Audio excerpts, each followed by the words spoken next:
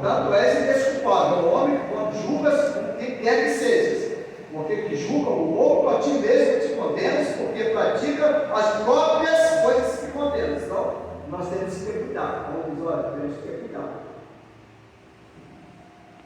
Paulo diz, aquele que está em pé, cuidado para que não caia. Não posso dizer, eu nunca vou cometer esse tipo de pecado.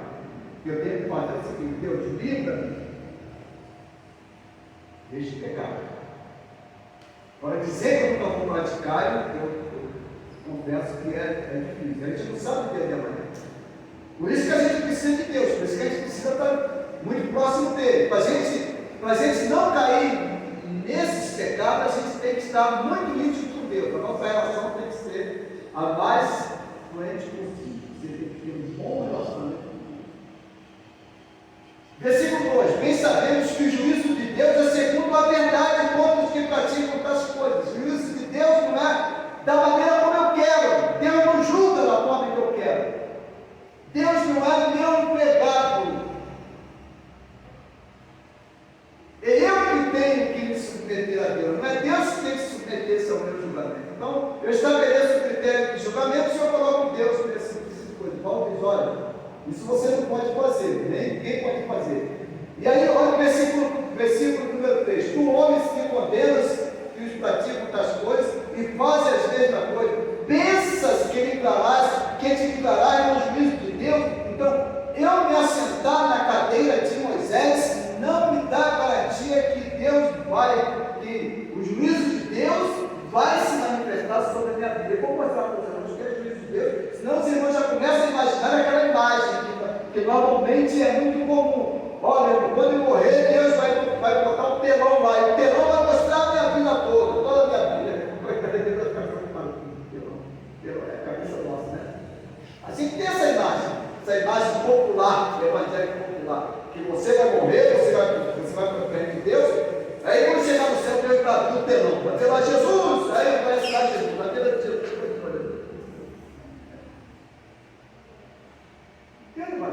Mas Deus, o juízo de Deus vai se manifestar. E nós vamos ver como isso se manifesta. E aí o versículo 4: ou despreza a riqueza da sua bondade, de tolerância e de notabilidade, ignorando que a bondade de Deus é que te conduz ao arrependimento. Irmãos, aqui nós começamos lá no Velho Testamento. Lembra-se de Levítico? Deus dizendo, você pecou por ignorância, peça perdão, faz o sacrifício. Você pecou por vontade, peça perdão. Faz o seu sacrifício. Qualquer tipo de pecado que você cometeu, você vai até Deus, pede perdão a Deus. Naquela época você tinha um sacerdote, hoje você não precisa nada disso. Qualquer pecado que você cometa, você tem que ir até Deus. Preste o seu arrependimento, fale com Deus, converse com Ele. A Bíblia diz que Ele é longânimo, Ele nos perdoa. A Bíblia diz que os nossos pecados serão lançados nos fundos dos mares. E Deus disse, jamais me lembrarei deles. Você não vai pensar nisso, gente? É muita coisa para a nossa cabeça. É o que Paulo diz aqui. É muita bondade, é muita tolerância, é muita longanimidade. E Paulo diz, olha, quando nós nos colocamos na cadeira de Moisés, o que nós fazemos? Olha o versículo 4. Nós ignoramos a bondade de Deus. Deus vai te castigar, Deus vai mandar você para o inferno, Deus vai ficar atrás de você, porque aquela imagem de um Deus que está ferozmente contra você, porque você cometeu o pecado. Agora, eu sempre tenho dito para essa igreja que o problema do pecado não é Deus, o problema do pecado somos nós. E Deus nos ama, e pelo fato de Deus nos amar, Deus não quer que nós procuremos e produzamos sofrimentos. Você não precisa produzir sofrimentos. A vida já não é fácil, e a gente fica arrumando sofrimento. Deus não quer isso. Por isso que eu não quero que você quer. Nós vamos provar isso, vamos caminhar. Versículo de número 4. Ou despreza a riqueza da sua bondade, tolerância e notabilidade, ignorando a bondade de Deus que te conduz ao arrependimento. Então você tem, o que conduz eu e você ao arrependimento é a bondade, é a misericórdia de Deus, é o Espírito Santo de Deus falando no seu coração, falando no meu coração. Por que você fez isso? Não faça isso. bondade de Deus, a tolerância de Deus. Mas se Deus não tolerasse a gente, eu não sei onde eu estaria, tá? Estaria muito mal. Versículo 5: mas segundo a tua dureza e coração impenitente, acumulas contra ti mesmo ira para o dia da ira e da revelação do justo juízo de Deus.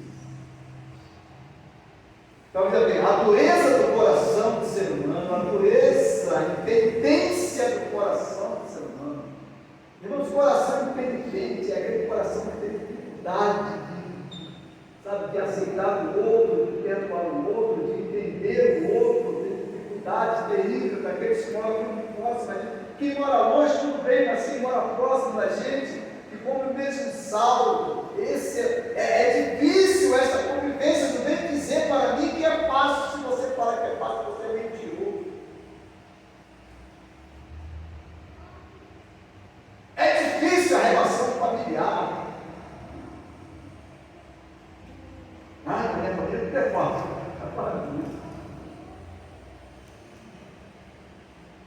O erro dos outros você perdoa, você encolhe.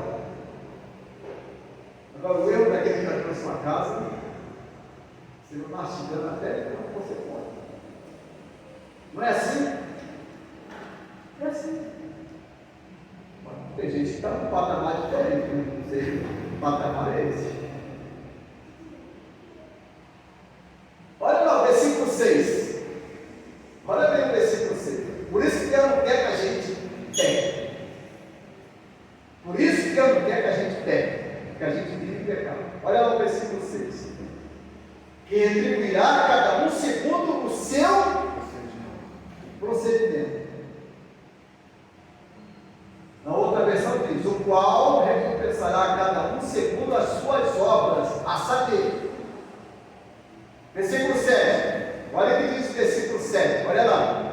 A vida eterna aos que perseverando. Atende bem para isso.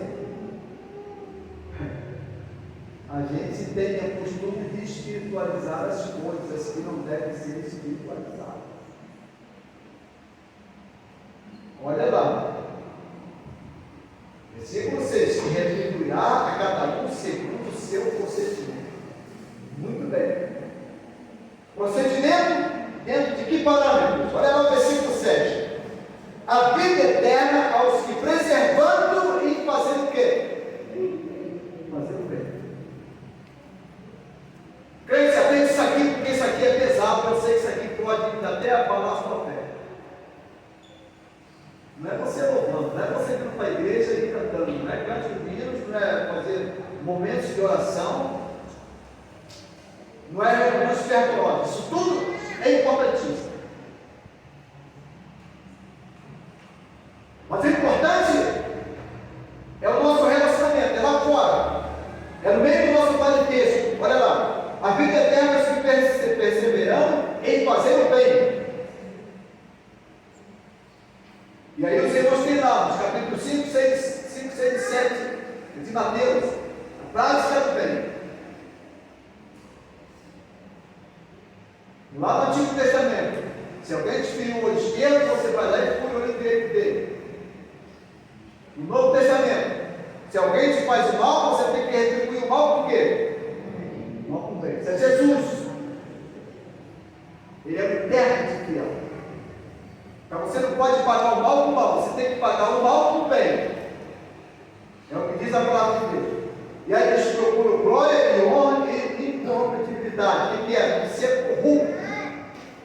A Bíblia é o livro que mais fala sobre corrupção. Essa palavra do crente fica bem longe. A Bíblia fala muito disso. Vários versículos. Versículo número 8, olha o que diz. Mas a ira, a indignação aos facciosos que desobedecem à verdade e obedecem a quê? Na minha versão diz, obedecem à injustiça. Obedecem à injustiça. Agora aqui nós vamos pagar. Aqui nós pagamos.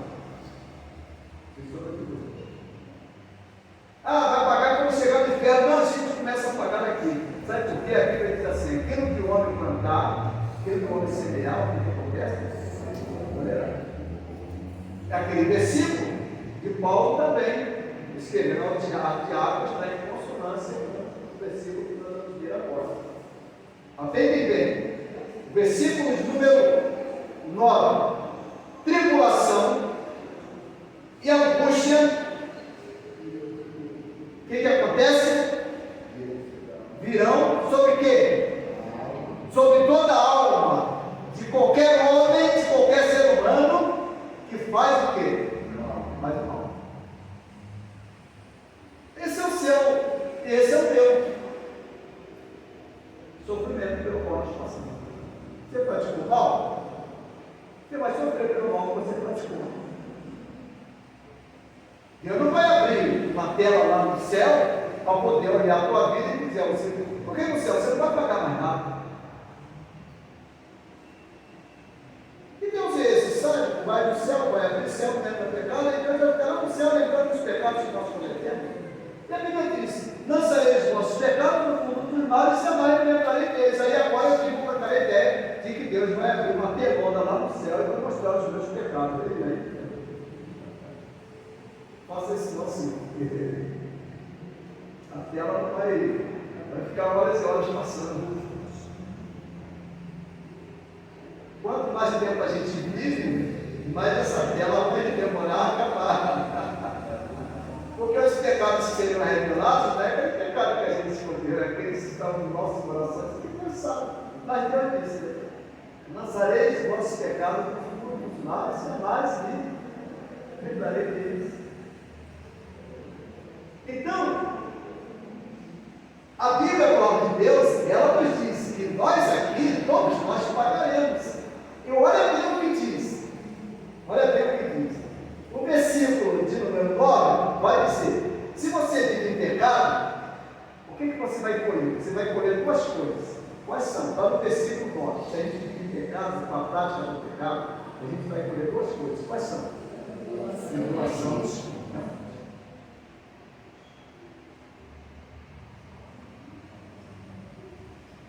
A gente vai viver atribulado e a gente vai viver angustiado. Porque Deus não quer que a gente viva dessa maneira.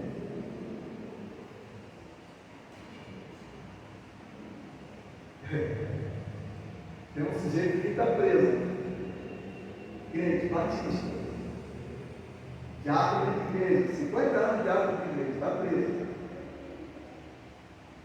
E aí, ele alegou que ele está preso porque ele está sendo perseguido. Não, ele está preso porque ele pecou. E agora ele está sofrendo o quê? Ele está sofrendo tribulações, ele está sofrendo o quê? Ele está sofrendo angústia. Ele está angustiado. Porque ele está lá dentro recolhido, mas ele está preocupado com a família que está aqui fora. Olha, isso vai produzir o quê? Vai produzir angústia. Mas isso é consequência do quê? Consequência do que ele fez, do que ele praticou. Mas eu não sabia que ia dar isso. Quase 70 anos de idade, você não é capaz de saber que você não pode. Tribulação, versículo 9, tribulação, angústia virão sobre a alma de qualquer homem, de qualquer um, não diz que somente os incrédulos. Qualquer homem que faz o mal, qualquer um de nós que vier fazer o mal, nós sofreremos. Olha o que diz o versículo de número 10, agora o versículo número 10. Glória, porém, honra e paz a todo aquele que pratica o quê? O bem. Ele diz: judeus, como também os gregos, aí quando ele fala grego, ele está falando todos, né? Porque em Deus não há o quê? Versículo 11: porque em Deus não há acepção de pessoas. Assim, pois, todos que pecaram sem lei, também sem lei perecerão. E todos aqueles que com lei pecaram, mediante a lei serão julgados. O que aconteceu com os judeus, aconteceu com aqueles fariseus. Irmãos, que Deus, eu vou parar por aqui, que Deus nos abençoe, que Deus nos ajude, e que nós entendamos. Deus é o Deus perdoador. Agora, Deus não quer que o pecado vai fazer muito mal. Por isso, e Ele me ama, Ele não quer o meu sofrimento. Ele quer minimizar os nossos sofrimentos. Por isso que Ele pede para a gente não pecar. Mas se a gente quiser pecar, a gente peca. Só que quando a gente peca, a gente vai sofrer as consequências. As consequências Ele sofre assim. Isso não tem nada a ver com a sua salvação. Você vai ser salvo. Você tem o Espírito Santo de Deus, está salvo uma vez para sempre. Quem me separará do amor de Deus que está em Cristo Jesus? A fome? A nudez? O que essas duas palavras significam? Miséria. A fome? A nudez? Falta do povo? Miséria. A tribulação? Tribulação causada por quê? Está aí. Causada pelos nossos pecados, pela nossa maneira de ver a vida, pela nossa maneira de não perdoar. Tribulação. A angústia. As nossas preocupações cotidianas. Quem nos separará do amor de Deus que está em Cristo Jesus? Paulo diz: Paulo diz: nada nos separará do amor de Deus que está em Cristo Jesus. Esteja na situação que você estiver. Algumas situações causadas por você. Esteja na situação que você estiver. Guarde Deus. Deus te ama. Deus te ama. Deus te ama. Nada vai separar o amor de Deus.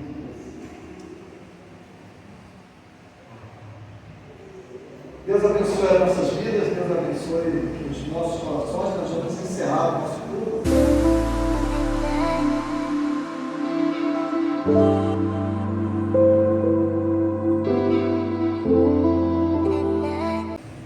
Pai amado, nós agradecemos por Jesus, Pai, pelo amor que Pai sobre deste Jesus. Gravando esse dia tão maravilhoso, meu Pai, por esse momento estamos aqui tocado, Pai. Para o Pai agradecer o teu santo nome, Senhor Jesus, e só tu, Senhor, é digno de honra, louvor e adoração. E para isso estamos aqui, o Pai, com os nossos pensamentos voltados, meu Pai, que todos que possam, Pai, estar com esse pensamento, Deus, te agradecer por tudo, Senhor. Em primeiro lugar, Pai, pela vida do teu filho neste mundo, Senhor Jesus, para nos perdoar o nosso pecado, Pai, aquele sacrifício que Ele fizeste na cruz do Calvário, Pai, não foi em vão, Senhor, mas foi para purificar os nossos pecados, Pai. É por isso que estamos aqui, ó Deus, para te agradecer, ó Deus. Obrigado por todos que estão aqui, Senhor, para te agradecer, Senhor, por tudo, Pai, que o Senhor tem feito em nossas vidas.